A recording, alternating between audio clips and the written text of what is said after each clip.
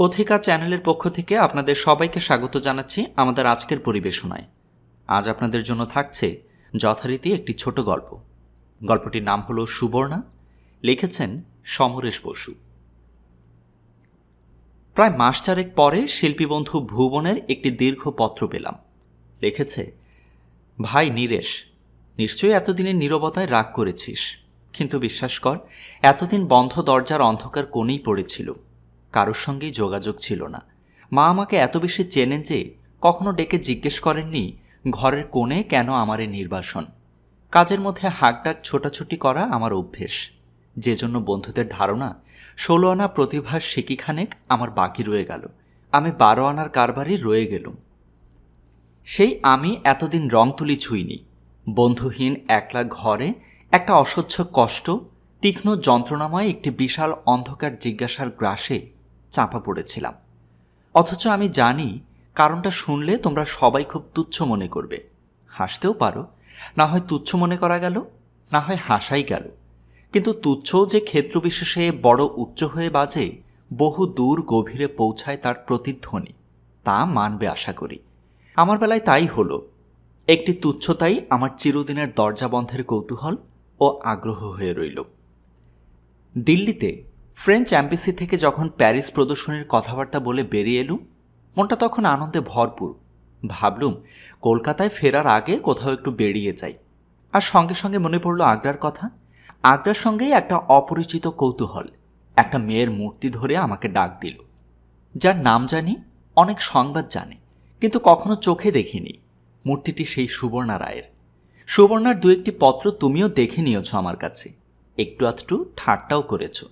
কারণ তোমরা যাদের ফ্যান বলো, এমন অনেকের সঙ্গে আমাকে পত্রালাপ করতে দেখেছ, কিন্তু 2 বছর ধরে পত্রে যোগাযোগ রাখতে কখনো দেখিনি। আর তা রাখিনি কারুর সঙ্গে, কারণ সম্ভব নয়। কিন্তু সুবর্ণার সঙ্গে যে কেন রেখেছিলুম আমি নিজেও তা খুব ভালো জানি নে। বোধহয় ওর পত্রের মধ্যে একটি বিশেষ মেয়ে, একটি বিশেষ মনকে ঝলকে উঠতে দেখেছিলুম, যার অনায়াস গতির মধ্যেও একটি আশ্চর্য ব্রেরা লীলায়িত হয়ে উঠেছিল। অপরিচয়ের মধ্যেও চোখে একটি ধরা পড়া পরিচয়ের হাসি ছিল লুকিয়ে। আমার ভালো লেগেছিল। তাই সুবর্ণার প্রথম অনুরোধেই ওকে তুমি সম্বোধন করেছিলুম। পত্রে কথা দিয়েছিলুম আগ্রায় যদি কখনো যাই ওকে নিশ্চয়ই সংবাদ দেব, দেখা করব। আমার খেয়াল ছিল সুবর্ণা MA পরীক্ষার জন্য প্রস্তুত হচ্ছে।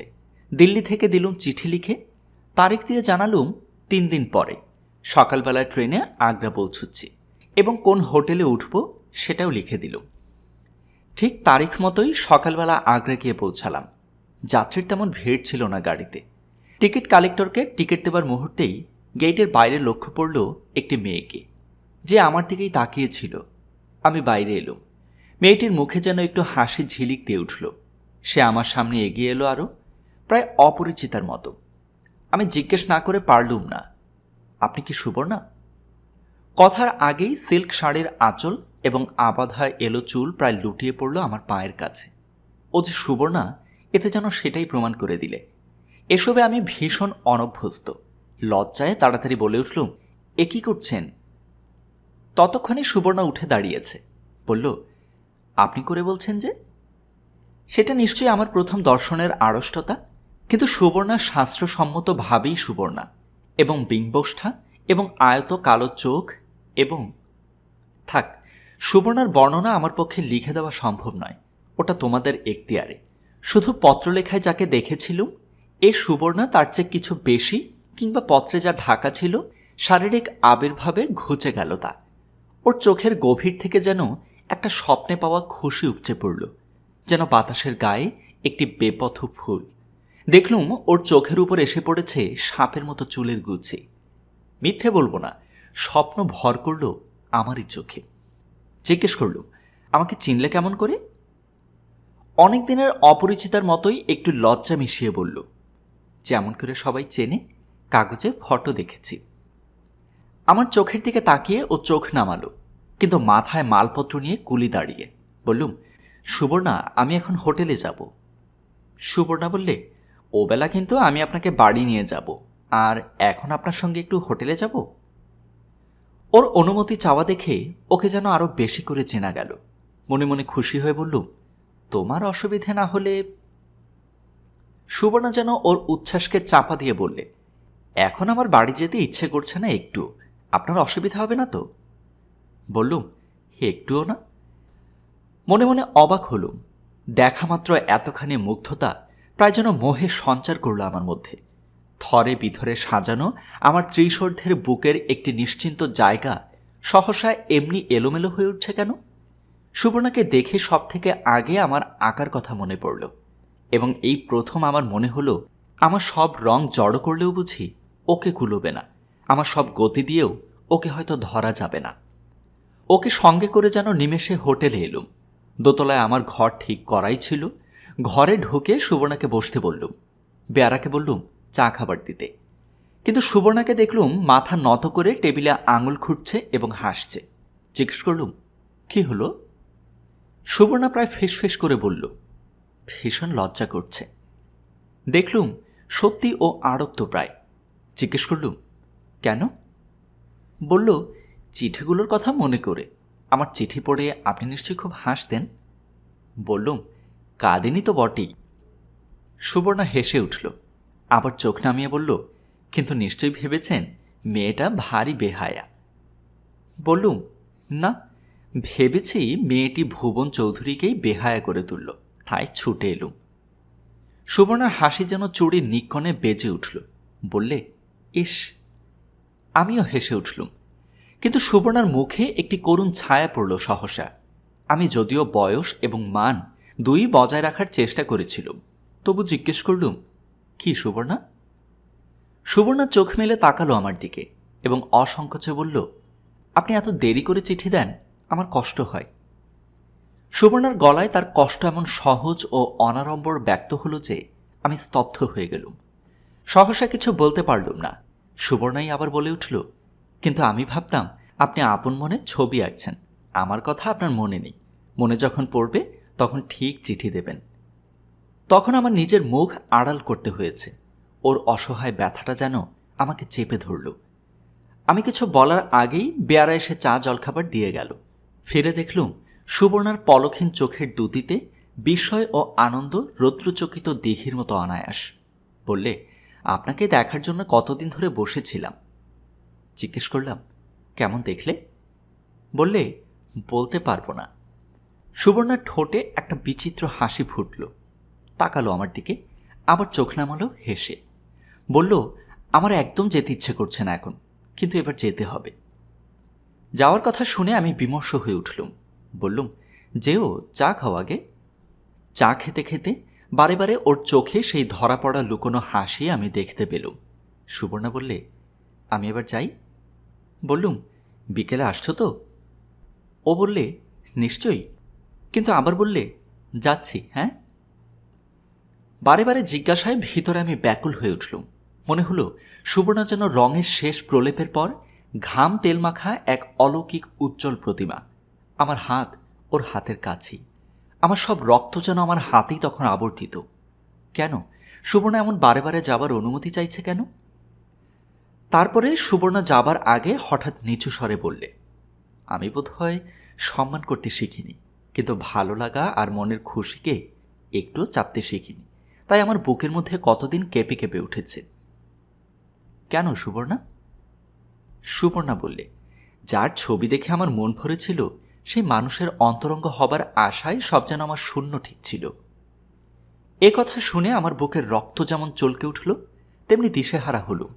সুবর্ণাকে ঠোঁটে ঠোঁট টিপতে দেখে দেখলুম ওর চোখ ছলছলিয়ে উঠেছে। আবার আমি নিঃসংকোচে ওর একটি হাত ধরে প্রায় স্খলিত গলায় ডাকলুম, সুবর্ণা। সুবর্ণা যেন স্বপ্নের লজ্জা থেকে সহসা জেগে উঠল, যেন নিশ্চিন্ত হল, আর ওর মুখে চকিত হাসির আলো উঠল ঝলমলিয়ে। বললে, এবার তাহলে যাই। আমি ভুবন চৌধুরী এত দেখার পরেও সেই মুহূর্তে কোনো কথা বলতে পারলুম না। হাত ছেড়ে দিলুম ওর। বারান্দা দিয়ে নিচে নেমে গেল। আমি দোতলার বারান্দা থেকে দেখলুম ও একবার পিছন ফিরে তাকিয়ে হাসল, তারপর হারিয়ে গেল।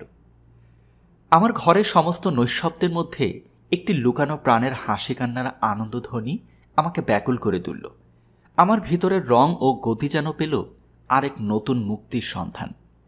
রাত জাগার ক্লান্তি আমার গেল, কোনো রকমে স্নান খাওয়া সেরে বিশ্রামের ছদ্মবেশে প্রতীক্ষা করতে লাগলুম। প্রায় বেলা ৩টের সময় বেয়ারা দরজায় ঘা দিল। বললে, এক মেম সাহেব দর্শন প্রার্থী। আমার বুকের স্পন্দন বাড়ল। মনে মনে বললুম, মেম সাহেব নয় রে, ও যে মহারানী। নিয়ে আসতে বললুম। কিন্তু পর্দা সরিয়ে যে ঢুকল সে অন্য একটি মেয়ে, যার রূপ আছে, সজ্জা আছে, কেশে কেশে নিপুণ। আশাহত বিস্ময়ে বললুম, আমার নাম ভুবন চৌধুরী। আপনি? বললে, আমার নাম সুবর্ণা রায়। আমি চমকে প্রতিবাদের সুরে বললুম, না না। মেয়েটি অবাক হয়ে বললে, আমাকে কিছু বলছেন? আমি সুবর্ণা রায়। আপনি যে আমাকে চিঠি দিয়েছিলেন আজ পৌঁছবেন বলে, পাছে ভুল হয় তাই আপনার চিঠিটাও নিয়ে এসেছি। চিঠিটা ওর হাতে দেখা গেল। তাড়াতাড়ি বললুম, ও। কিন্তু আমার বুকের ভিতরে ঝড়ের দোলা, বিশ্বাস অবিশ্বাসের এক ব্যথা ভরা সংঘাত। এও কি কখনো সম্ভব? কেন? তা কেন হবে? তবু বলতে গিয়ে আমি থমকে গেলুম। যাক, এখন নয়, হয়তো পরে কিছু জানা যাবে। কিন্তু এক অনিবার্য অসহায় আচ্ছন্নতা আমাকে ঘিরে রইল। এই সুবর্ণা বললে, দেখি। বলে নমস্কার করলে পাই। আমি প্রাণহীনভাবে বাধা দিলুম, আর সকালবেলা সুবর্ণার নমস্কার আমার মনে পড়ে গেল। এই সুবর্ণা বললে, আমাদের বাড়ি যাওয়ার সম্মতি দিয়েছিলেন পত্রে, যাবেন তো? মনে পড়ল সকালবেলা সুবর্ণার কথা। আমি কিন্তু বিকেলবেলা আপনাকে বাড়ি নিয়ে যাব। সে সুবর্ণা নয়, সে তবে কে? সে কে? আমাকে নিয়ে এমন খেলা তবে কে খেলেছে? সে যদি সুবর্ণা নয়, নাই বা হলো, সহস্র ছদ্মবেশ তার থাকুক, তবু সে কি আসবে না? আমি তো শুধু তার কথাই শুনিনি, আমি যে তার চোখের দিকে তাকিয়ে দেখেছি। আমার হাতে যে এখনো তার স্পর্শের অনুভূতি তীব্র হয়ে আছে। এই সুবর্ণা উৎকণ্ঠিত বিস্ময়ে বললে, আপনার শরীর খারাপ নাকি? থতমত খেয়ে বললুম, ও হ্যাঁ। এই সুবর্ণা বললে, তাহলে আপনি আজ বিশ্রাম করুন, কাল সকালে কিন্তু নিয়ে যাব। আমি হেসে সম্মতি দিলাম, কিন্তু চলে যেতে ওকে বাধা দিলুম না। তারপর শেষ ফাল্গুনের বাতাসে ভর করে কখন রাত এসে পড়ল জানতে পারিনি। কিন্তু সকালবেলা সুবর্ণা এলো না। সন্দেহ গেল, কিন্তু আমার বিনিদ্র রাত শুধু একটি প্রশ্নে মথিত হতে লাগল, সে কে? সে তবে কে? আর কোনো দিনই তার জবাব পেলুম না। তারপরেও 4 দিন আগ্রায় ছিলাম। বিকেলবেলায় সুবর্ণাদের বাড়ি গিয়েছি, আলাপ করেছি সকলের সঙ্গে, খেয়েছি, তাজে এবং দুর্গে আর ফাঁপেপুর স্বীকৃতে বেরিয়েছি। পথে পথে যত মেয়ে দেখেছি, চমকে চমকে তাকিয়েছি সকলের দিকে। আর কেবলই মনে হয়েছে সকালবেলা সুবর্ণা যেন অদৃশ্যে আমারই আশপাশে ফিরছে আর মুখে আঁচল চেপে হাসছে। কিন্তু কেন? কেন এই নিষ্ঠুর খেলা? সে কে? তার কাছে আমি কি অপরাধ করেছি? যত ভেবেছি ততই সেই সকালবেলার কয়েকটি মুহূর্ত আরো স্পষ্ট তীব্র হয়ে উঠেছে। 4 মাস ধরে বন্ধ ঘরে শুধু এই ভেবেছি, সে যে কি অসহ্য যন্ত্রণা। মনে মনে অনেক রাগ করেছি, ঘৃণা করেছি সকালবেলা সুবর্ণাকে, কিন্তু মিথ্যে বলবো না, তারপরেও কান পেতে আমি আমার কান্নাও শুনতে পেয়েছি। ভাই, এ যাত্রা আর তোর সঙ্গে কথা হলো না। পরশু ফ্রান্সে রওনা হচ্ছি, হয়তো যেতে পারতুম না, কিন্তু 4 মাসের বন্ধ ঘরের অন্ধকার আমাকে একটি সত্যের আলোর বাইরে নিয়ে এসেছে। তা হলো, আমাদের জীবনে দুজনের আগমন এমনি ঘটে, যারা আসবার পূর্ব মুহূর্তেও কোনো জানান দেয় না। ছায়া যদি বা ফেলে আমরা টের পাই না। একজন আসে জীবনে একবার, আরেকজন হয়তো নানান বেশে একাধিকবার। একজন মৃত্যু, আরেকজন আমাদের মহাপ্রাণের চিরপ্রার্থিত স্পর্শমণি, মনের মানুষ। তারা আমাদের সীমানায় থাকে, কিন্তু প্রত্যহের কুলায় ওরা কুলোয় না। আজ এই এখানেই ইতি করল তোর ভুবন। ভুবনের চিঠি পড়া হলো, কিন্তু সকালবেলা সুবর্ণা ভাসতে লাগল আমার মানস পটে। গল্পের সমাপ্তি এখানেই। এতক্ষণ আপনারা শুনছিলেন কথিকা চ্যানেলের পরিবেশনায় সমরেশ বসু রচিত সুবর্ণা নামে একটি ছোট গল্প। আশা করছি সবাই উপভোগ করেছেন। পরবর্তী এমন আরও নতুন গল্প পেতে আমাদের চ্যানেলটি সাবস্ক্রাইব করে আমাদের পাশে থাকবেন। সবাইকে ধন্যবাদ জানিয়ে আজকের মতো বিদায় নিচ্ছি।